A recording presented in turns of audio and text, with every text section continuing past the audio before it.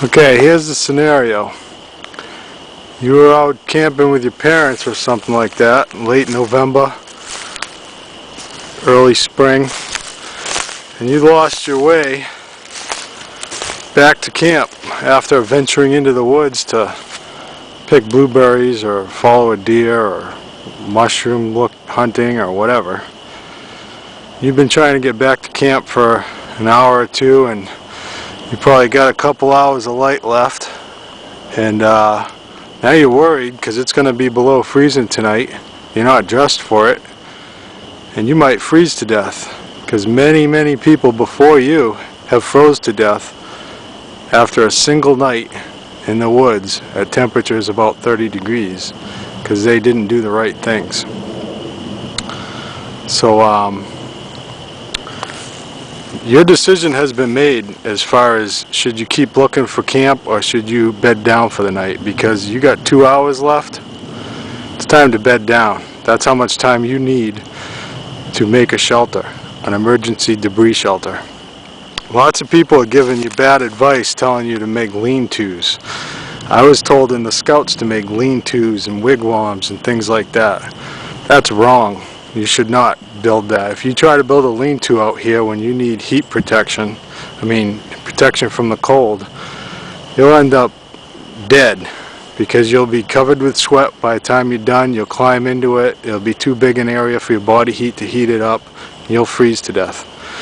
Now think about it. When you're camping in a tent in a sleeping bag, what's keeping you warm in that tent? Is it the tent? No, the sleeping bag's keeping you warm. So why would you want to build a bushcraft tent, which is what a lean-to and a wigwam is? You need to build a sleeping bag to keep you warm. That's what a debris shelter is. A right up close to the skin sleeping bag that's water resistant, and it'll get you through the night. I'm going to show you how to do that.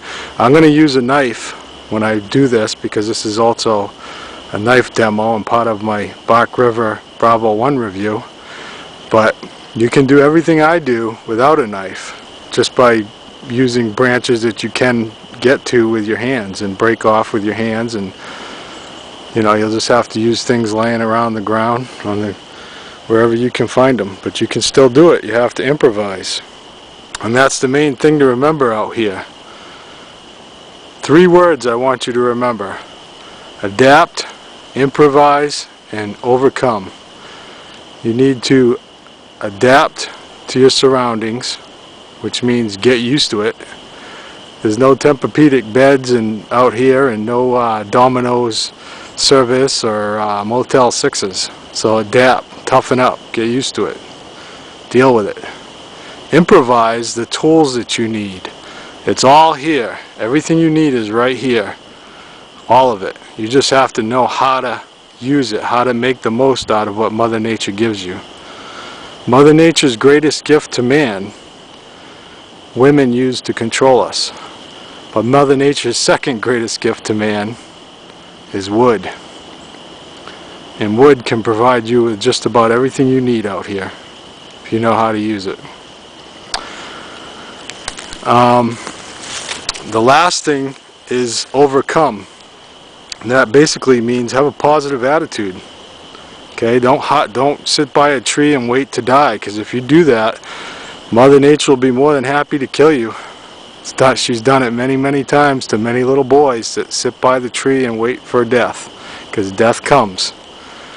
So don't do that. Have a positive attitude. Okay, this is an adventure. It's a learning experience. Okay, you're going to get through this. It's not a big deal if you get your butt moving and do the right things.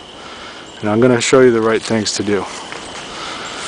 Alright, I want to talk a little bit about preparation, because if you were smart, you wouldn't be out here without my 4 basic things. What I believe are the 4 things everyone should carry into the woods. Everyone's got different lists of what they think is the important survival things to take.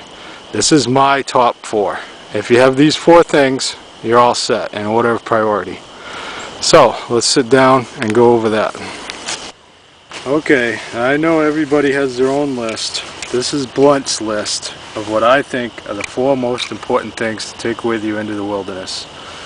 Because the cold can kill you quicker than anything else, except maybe a grizzly bear or a cougar, which chances are unlikely of that. So since cold is the most likely culprit in killing you, I think a waterproof rain jacket, a lightweight, thin waterproof rain jacket with a good hood is the most important thing, because you can tuck this in, stuff it full of dry vegetation, whatever, insulate it, it'll keep you warm, and basically this will be all you need to get through the night.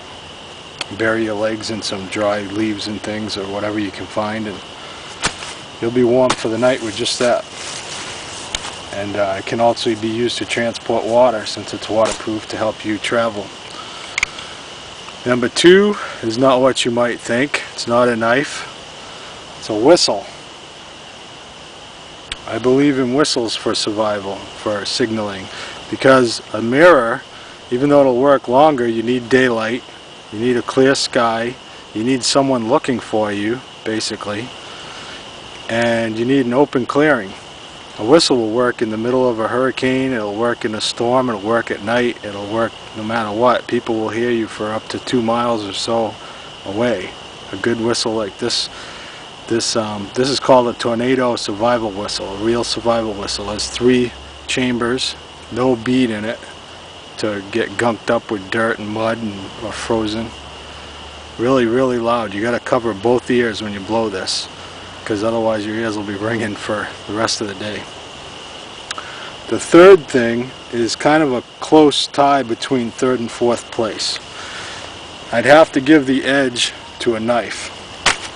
A good knife. Now, any knife is better than no knife. I'm not going to go into knife selection here, I don't have time. But a knife is a big plus. You can make everything else you need if you have a knife. You can even make a knife if you have to, but it's a big advantage if you already have one. So a knife is 3.